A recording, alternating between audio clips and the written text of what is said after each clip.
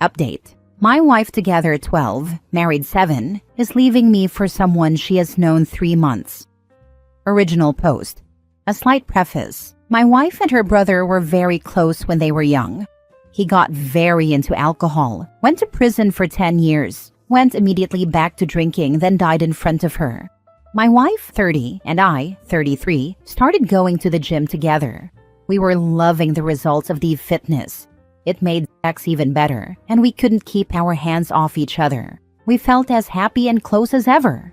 3 weeks after her brother died, this guy chats her up at the gym, and she immediately clicks with him. I was wary, but I trusted my wife. She is a sweetheart, and I never imagined her having the ability to have an affair. Last weekend, we had one of the most romantic days and evenings we've had in a while. This week, she decides that she cannot go on, without finding out why she developed such a quick connection with this guy. We own a house and 3 pets. Her family and everyone we know are devastated and blown away, but she is dead serious. The woman I knew last month, even last week, has left the building. This is a living nightmare that I just want to wake up from. We did couples counseling 3 times and have one scheduled on Wednesday, but she has completely made up her mind and seems to have rapidly fallen out of love with me. My life as I had known it is over. I just needed to get this all off my chest.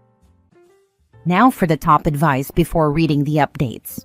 Nothing will soothe your pain right now, but I want to say this anyway. I was with my wife for 20 years, 2 kids. She slowly developed a drinking problem, and it eventually, as I predicted for years, destroyed our marriage. Even now, 2.5 years later, I can't believe my life turned out this way. But I met someone new that I love and am very happy. Your life feels like it's over, but it's not. You will bounce back. You got this. Similar story here. 25 years of marriage. It seemed like heaven. 4 kids, 2 off to college. The younger 2 doing well.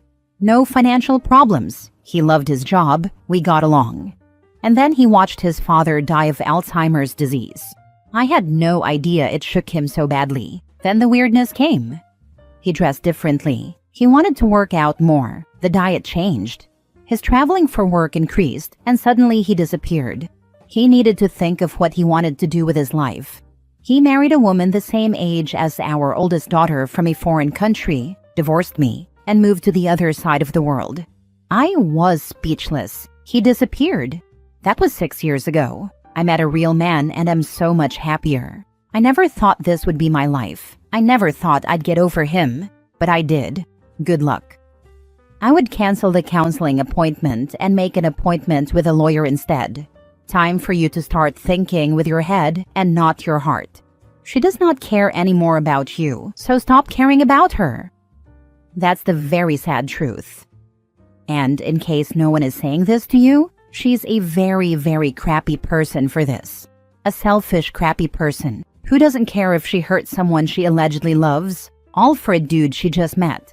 The only thing I'd give her credit for is being honest about it. That's more than most would do. I'd still leave her immediately and give zero care about how bad her situation might be. She deserves whatever it is. Hope she gets herpes and a thyroid problem in the immediate future. Yep, she said it herself. I know this hurts you. I know this makes me a crappy person, but I don't care. I'm tired of doing what people think I should do instead of what I want to do. It's not over, my dude. It's just beginning. Now you have the opportunity to find someone who truly loves you.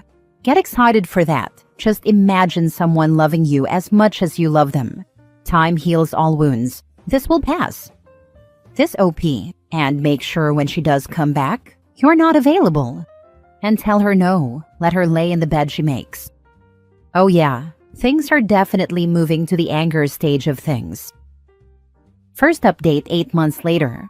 I had a kind Redditor reach out to me over the weekend asking how I was doing regarding the above situation. The original post got a lot of attention, so I figured I would give an update. My wife filed for divorce a month after moving out. During this time, I did the whole online dating thing, which was way worse than I could have ever expected. I kept myself busy working out, building my own confidence, and hanging out with friends. In general, it was horrible, but I was trying to keep my head up. I was in therapy, didn't click with my first therapist, found a new one in December whom I liked a lot more, and I'm still seeing her. Mid-December, my wife called me, crying, asking if she could stay in the guest bedroom because she had nowhere to go. I said yes. Even though she hurt me so badly, I still loved her. So things with the guy at the gym turned very toxic very fast. I know the word narcissist gets thrown around a lot these days, but this guy? It's hard to believe these subhuman pieces of trash actually exist. So she stayed in the guest bedroom for a week, then went to stay at her parents' house for a month. She had a nervous breakdown and was able to get a medical leave of absence from work. Mid-January came around, and she was back at the house, but still in a very frantic and erratic state. Sort of like she was withdrawing from hard drugs. I had no idea about the addictive nature of toxic relationships. It's a psychological mess.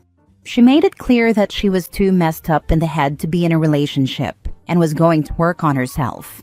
I gave her the time and space she requested, and she went all in on learning about the psychology of all this. Inner child work, how the nervous system reacts and attracts you to toxic people if you grew up in a toxic household. Anxious and avoidant attachment styles. There's this book called How to Stay Married, where the wife had an affair, and it turns out the root of the issue was her unresolved childhood trauma. Long story short, same thing happened here.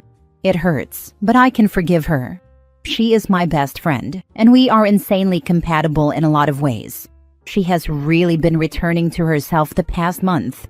She is the happiest I have seen her in at least a year, and last week we filed the paperwork to dismiss the divorce.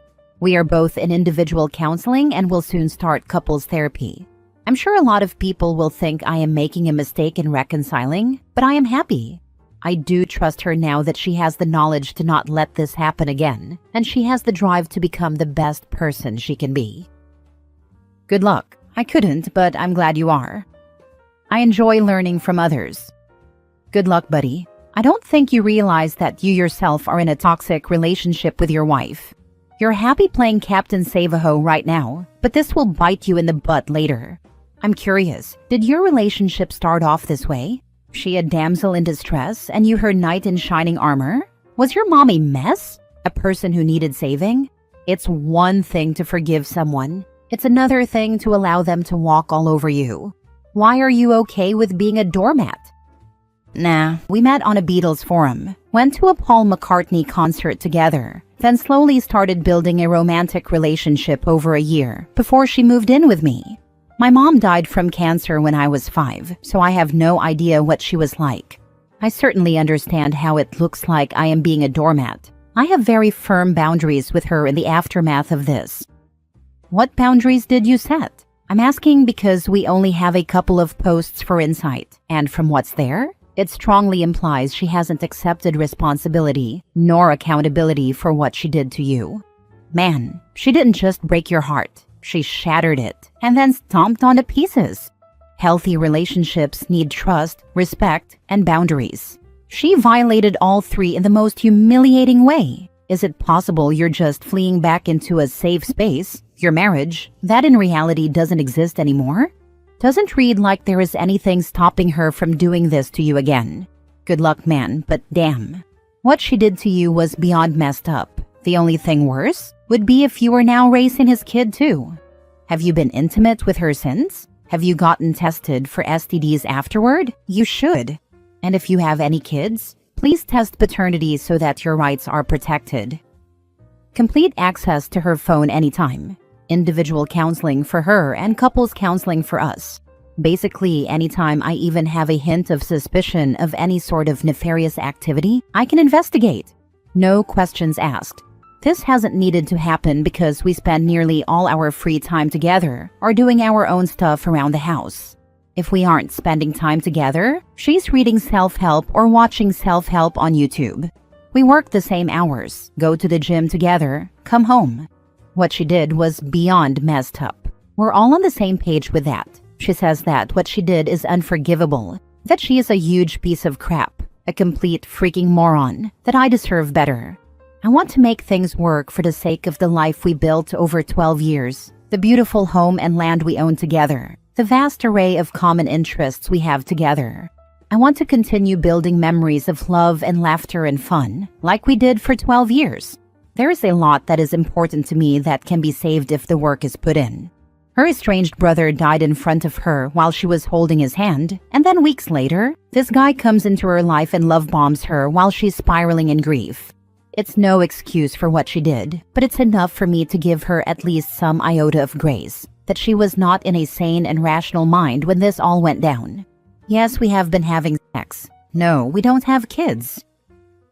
Edit. I am reading all the comments and taking everything to heart, even or especially the ones calling me stupid, chump, doormat. I completely understand where you're coming from. I just don't have time or desire to respond to so much.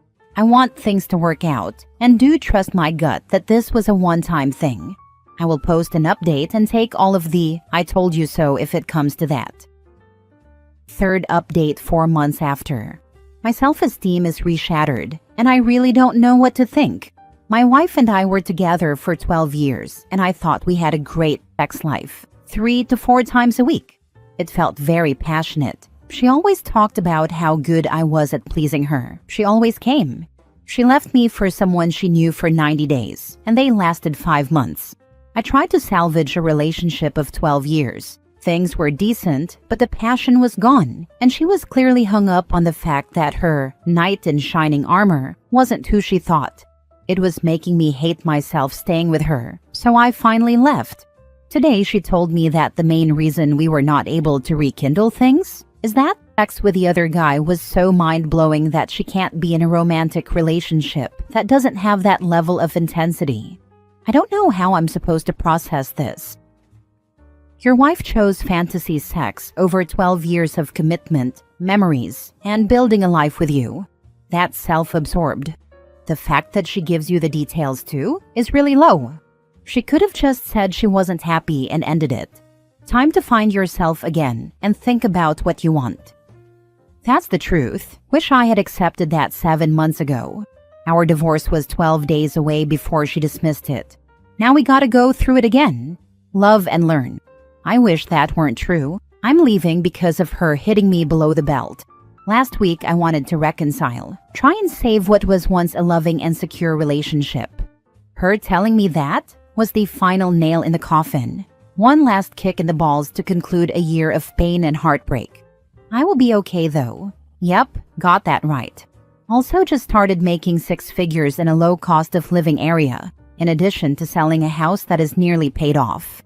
Fitness is my main priority right now. Overall, I'm not too worried. I'm ready to move on.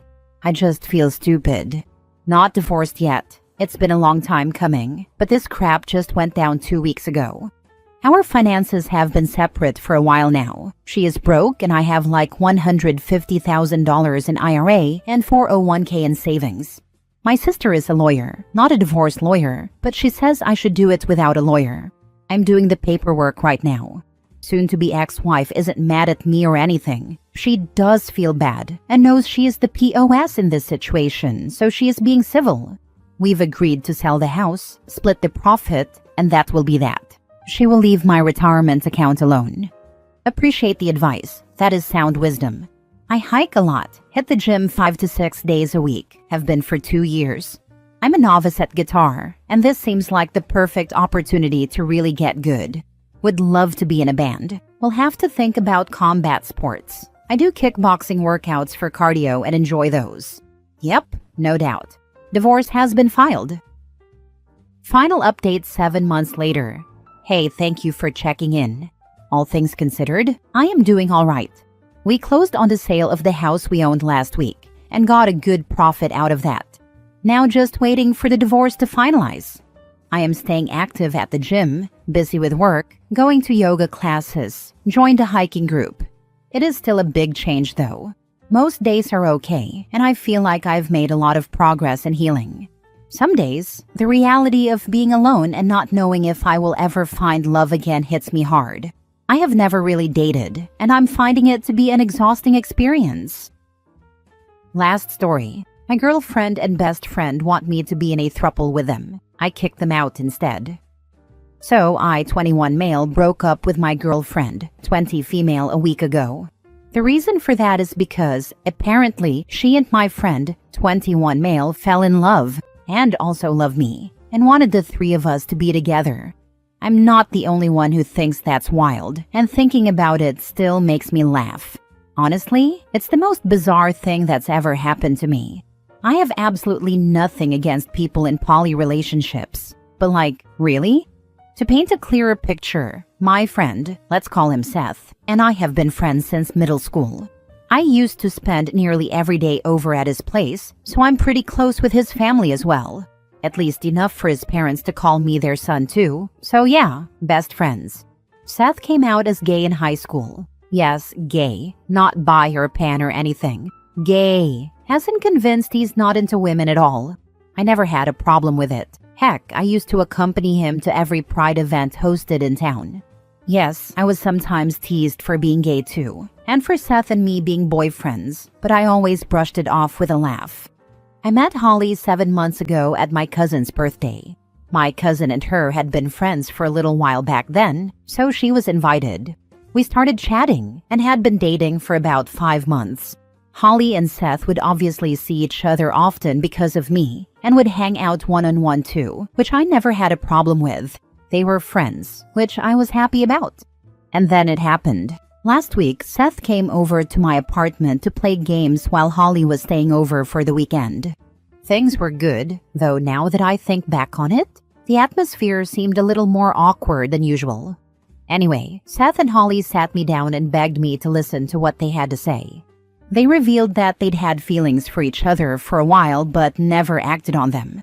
However, they ended up talking about it a few days prior, when the pressure became too much. And like the geniuses they are, they decided that the perfect solution to their problem was for all three of us to date. Seth said that he's actually liked me for years, and that I've been acting like a boyfriend anyway, so we might as well make it official. Honestly, all of that came out of nowhere. I was shocked. Admittedly, I laughed because of how much I couldn't believe what was happening. Like, yes, this was clearly an emotional affair or something of that kind, but this was the first time I heard people be so extremely delusional. Dating my girlfriend and best friend? No thank you. So yeah, I broke things off right then and there with Holly and told Seth to figure himself out before kicking them both out. I blocked them both on everything. Seth's family and my own have been contacting me for the past week to ask about what happened, but back off when I told them the truth. I'm a bit upset, obviously. My best friend turned out to be untrustworthy, and my ex-girlfriend cheated on me in a way, even if it wasn't physical. But this is also kind of hilarious? I'm not sure. The reason I'm making this post, though, is because Holly's mom called me just yesterday. Apparently, her daughter hasn't been taking the breakup well. She said that Holly loves both me and Seth, and my reaction really hurt her. The whole thing with Seth started because they would talk about me a lot, and Seth is much more attentive than me, so that attracted her to him. Listen, maybe I'm not the best boyfriend in the world, but at least I'm loyal, until someone betrays me. Holly's mom was looking out for her daughter, so I just thanked her for her time before hanging up. I have been thinking about the entire thing a little more though. Now for the top comments. Seth probably manipulated your ex into a relationship, hoping to get closer to you. Now Holly seems to regret it, but you definitely should not take her back. They both betrayed you. No relationship, friendship, or anything should be allowed with either of them. Congrats on standing your ground, blocking them both, and moving on with your life. Wishing you the best. What is even more shocking for me is Holly's mom trying to manipulate OP into accepting the relationship.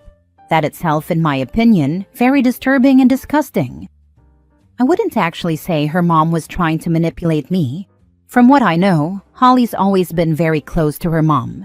I met the woman a few times and we got along. I could tell she really loves her daughter. That phone call was less her trying to pressure me into getting with Holly again, and more about seeing her and talking about what happened instead of shutting her out.